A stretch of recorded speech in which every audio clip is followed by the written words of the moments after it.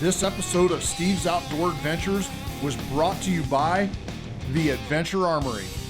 Rifle, scope, and ammo packages for hunters. Welcome back to Steve's Outdoor Adventures. For any of you that watched the last episode, you know that we're out in Northeast Oregon with our special youth hunter, Briggs Hill. And Briggs and I are in pursuit of a huge bull named Legend. Briggs showed up at the end of September with his mom, Selena, and they were followed to camp shortly thereafter by his father, country music singer and songwriter, Briggs Hill. We're having an amazing time out here on our ranch, and the peak of the rut is coming on strong. This is some action that you're not gonna wanna miss. I came up with this plan in my mind that I would leave Bren in the spotting scope watching from clear across the canyon. And we took Briggs, put him in the truck, and we drove about 4 miles all the way around the head of the canyon and part of the way down that side of the canyon. We stopped about a mile short of where these elk were at. We had the wind in our favor, we had the sun off to our left, everything was perfect. All we had to do was just close the distance, move in on his very distinctive bugle, and find a window to take the shot. Unfortunately, that big 6x6 ended up ruining our plans. He pushed in on Legend and his cows and ran him all the way down into the canyon and pushed him up the other side. We're listening to the bugles go down. We dropped down. We tried to get dead away from, across the canyon from him to where we could get a shot as he came up the other side. He just didn't stop. We were all set up in the gun. It would have been a long shot for Briggs to take. Briggs hadn't done a lot of long range shooting, so it's probably a pretty good thing that that bull didn't stop, because it would have been real tempting for us to have him send one over there. But man, did we ever get a good look at that big bull. And there, he is well deserving of the nickname Legend. As luck would have it, if we had just stayed in our glassing spot and let it all play out in front of us, we would have had a very easy hunt. But we were clear across the canyon, and Legend pushed his cows up that face, over the ridge, and down into a big, steep, nasty, brushy canyon, and they stayed in there all day. We worked the edges of it. We could hear him in there bugling. We had no approach. The wind was always wrong. He didn't come out of there before dark. But that night, when we were back at the lodge, I realized that I had become obsessed with hunting Legend. So the next morning, I had everybody up early, way before daylight, and we were back in Five Corners glassing because I wanted to turn this bull up immediately. And in the first rays of daylight, just as soon as it was light enough to see, I spotted Legend on the ridge below us, the same grassy ridge he'd come up the day before. He was dropping back down, and we were in a great spot to make a fast downhill approach and try to get a shot on him before he got up the other side of the canyon wall. I left Cody and Selena with the spotting scope, and Bren and I took Briggs down into the canyon, and we were working our way down the grassy ridge. We were following the bugles, and I really felt like we were closing the distance on this bull, but this is Legend, and nothing is gonna be easy. As we were going down that grassy ridge, going right to the last spot where I'd seen Legend, I could hear a bull bugling right in front of us. And it sounded like a big mature bull, but I wasn't positive that it was Legend. While Bren was getting Briggs set up in the rifle, laying prone, I started glassing and made a few cow calls, and sure enough, I started to see antlers moving, and there was a bull right there, a big bull, right in front of us. We glassed and called, and we picked the area apart. We realized that Legend had pushed his cows down into the canyon and probably went upstream and did it silently. Just like an old bull would, he outsmarted us. And I knew I was gonna have to take that elk hunting game up a couple more levels if we were ever gonna have a chance at taking this massive bull.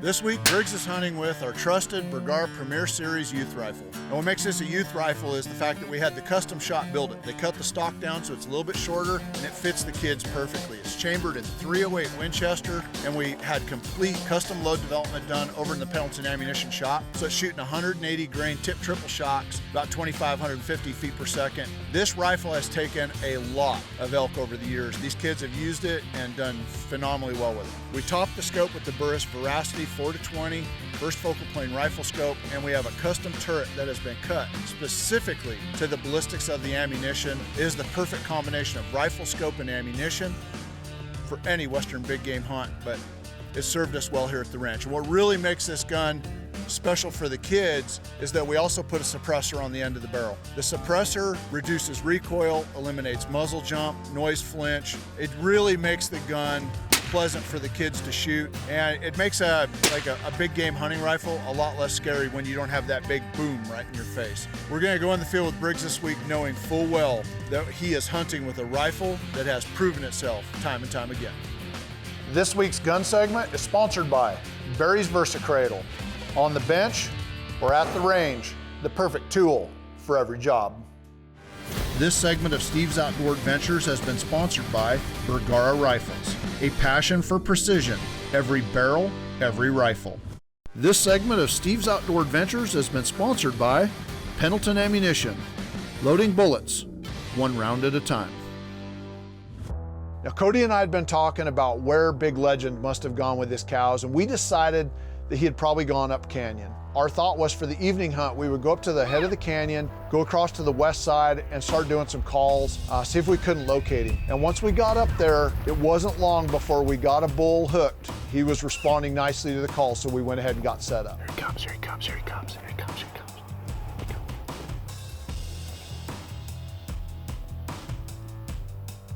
Once I had this bull hooked with the cow calls, it didn't take long, and he stepped right into view. Came up on top of the knob, we were all set up, and it would have been so easy. And he was a beautiful bull.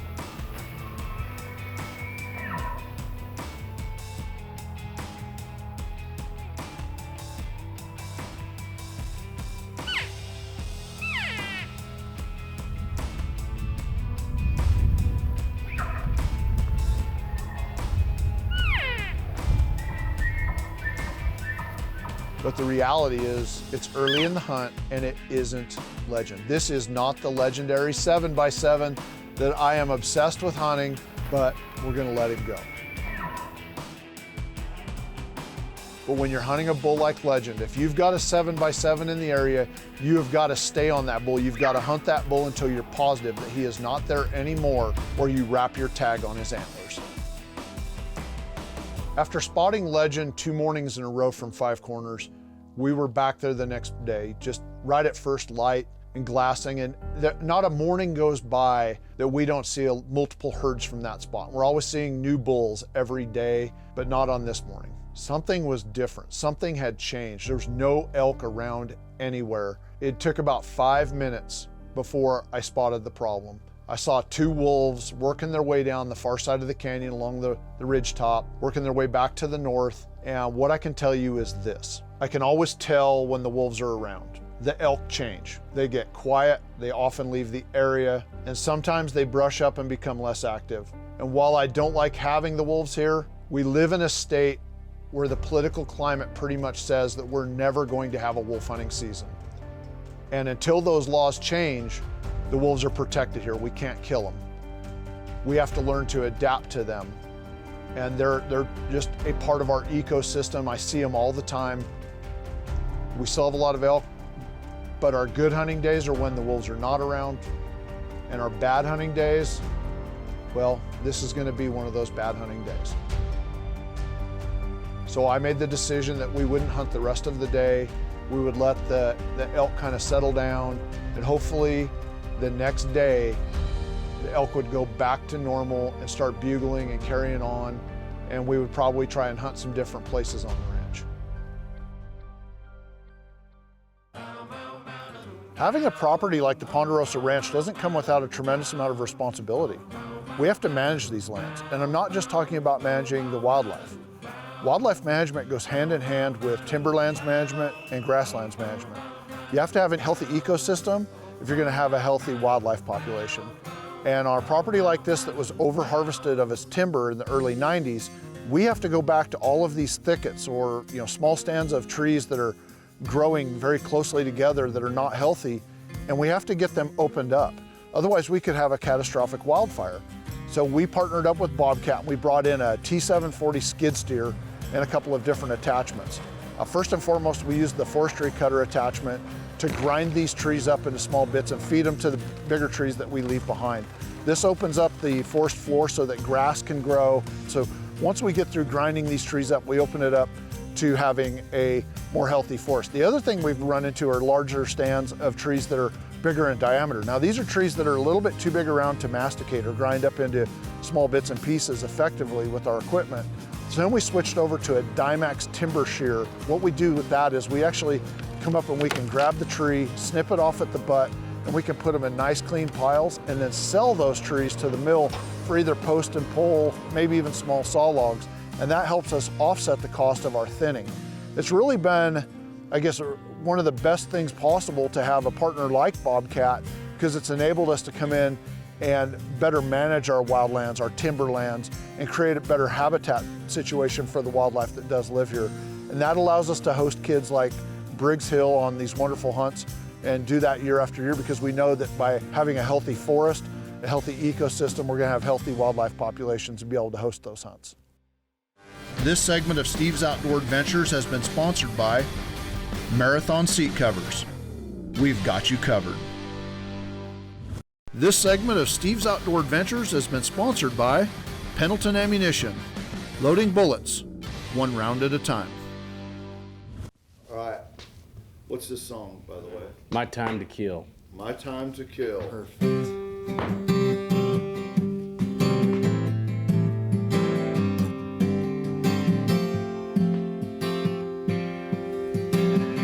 I've been working, I've been waiting, scouting and shooting all summer long. There was a lot of time that I spent wondering why my little family and particularly Briggs had to deal with that challenge. I've always told people, you know, if you had the option to take that for him, you wouldn't think twice. You know, you'd kiss your wife and dive into the fire. Driven by passion and sheer will, like the bugle of a bull, there's something primal in my soul. And how I long to feel that autumn chill. It's my time to kill. God has a plan for you, and sometimes that plan is to endure a real profound challenge. A challenge that will spill over onto the people that love you the most. But if you can endure with patience, and if you can persevere, the blessings will come. I think what we can learn from Briggs is that the way you endure that with patience and grace and with a smile on your face, you know, count your blessings rather than count your challenges. There's blessings. And my family and I have been blessed so much just in the people that we've met by way of this.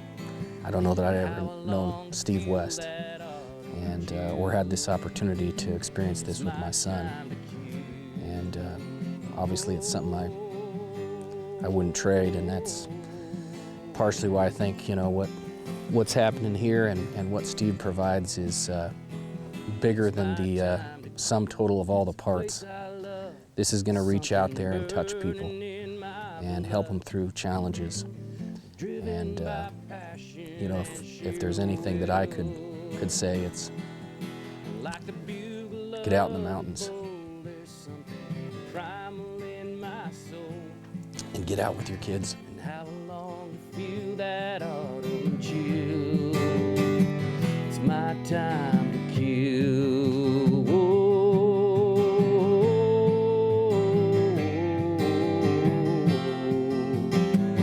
My time to kill. Yeah. Now I'm feeling it. Thanks, buddy. You bet. Thank you, Steve. Oh, no worries, Thank you. Let's get up there and have some fun this morning.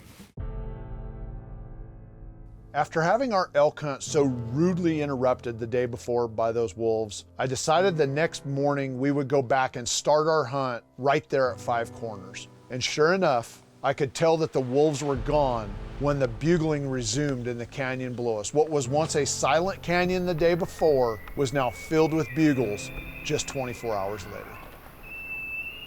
I could hear that the elk were kind of starting to move up a draw leading toward what we call Lower Pond. But I hadn't laid eyes on a big bull yet. So I decided I would leave Cody and Bren in the spotting scope right there at Five Corners, and I would take Briggs and try and get in front of this moving herd of elk. It sounded like there were a lot of elk, and I had to hope that Legend was right in the middle of the mix and that we would be able to get a look at him.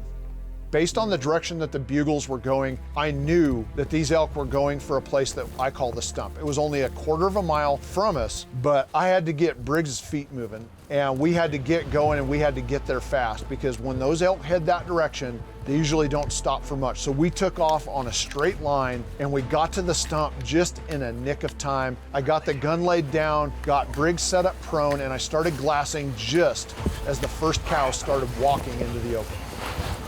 All right, get him in the scope, get him in the scope. Aim right there. See him? See him? Yep. All right, come on, push up on your knees. Now push up into the gun. This segment of Steve's Outdoor Adventures has been sponsored by Burris Optics. Find what matters. This segment is sponsored by Adventure Armory. Rifle, scope, and ammunition packages shipped, ready to shoot. If you'd like to book this week's adventure for yourself, give our office a call. We will gladly take your calls, answer your questions, and help you book the hunting or fishing adventure of a lifetime. When the bull hit the opening, I was looking through my binoculars and I knew instantly that it wasn't Legend. This was another nice big 6x6 bull that had probably just cut this small group of cows off of Legend's herd and had pushed them away from him. I had to make a decision quick. Briggs has been hunting his butt off for the last week. He's hunted hard and he deserves an elk, and this is a big bull. And I'm making this decision in a split second. I decided to tell Briggs that if he wanted this bull, he could go ahead and kill him. And what I can tell you is this: I heard the safety click off and Briggs was ready to go to work in a split second. Got him. Kill him.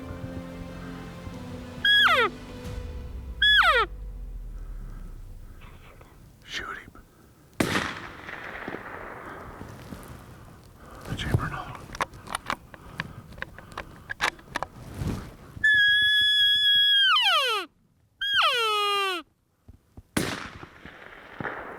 That one hit. He's gonna come up here. I wasn't sure if Briggs had hit this bull with the first shot. It was only 250 yards across there. I just didn't hear a big familiar whop sound. I thought the second shot hit him because it sounded like a good solid hit, but a tree branch blocked my view and I couldn't see the impact. I felt pretty good about there being at least one good shot on the bull, if not two, and we decided to watch back the footage and give the bull a little bit of time before we headed across there to start looking for blood. Cody and Bren showed up and I left them there to walk me in on the exact spot where that bull had been standing when Briggs fired his first shot. I wanted to make sure that there was somebody else making sure that I was on the right precise starting point. And this really made all the difference in the world because they walked me to the spot, and sure enough, I started finding blood immediately. Briggs' first shot had been on spot.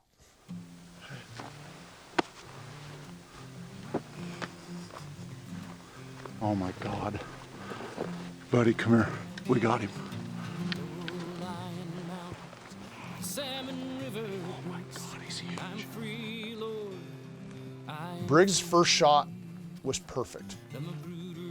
That bull only traveled 50 yards before he piled up in the pine trees. Believe it or not, he died within just a few feet of where Amber's big picket fence bull had died just a year before. What an amazing experience to have two big bulls go down in the same spot in back-to-back years.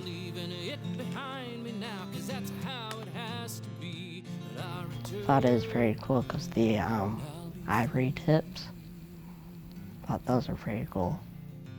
I think there was something bigger here going on, and I think there's an awful lot of people that'll watch this hunt and who maybe have been touched, their lives have been touched by cancer. They'll see the fortitude that Briggs put forth, his perseverance, the fortitude that Steve put forth and his perseverance, and the team here.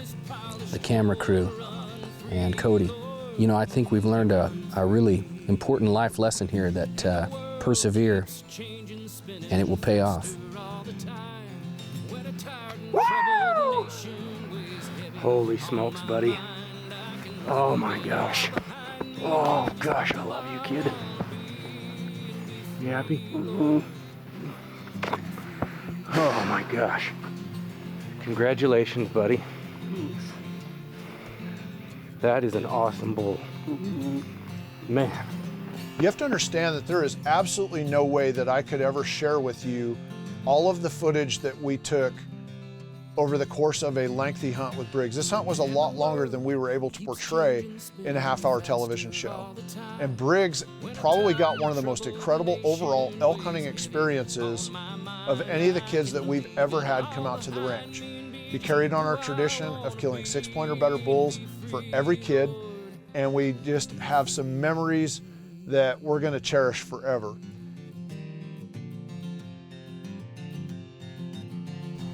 I think I'd say it is this fight through because stuff can actually happen. Miracles actually happen. I hope you all enjoyed today's program. Having kids like Briggs out to the ranch each year is the highlight of my season. It's the hunt that I look forward to the most, and I hope that's something I can continue to do for many years to come. In fact, if you know of a young hunter out there who has a life-threatening or terminal illness who enjoys hunting, please have their family give us a call. We're always looking for the next Briggs Hill that would come to our ranch and have a world-class elk hunting experience and something that their family will remember for years to come. Unfortunately, that's all the time we have for this week's program. But please remember to join us again next week when we bring you another exciting episode of Steve's Outdoor Adventures.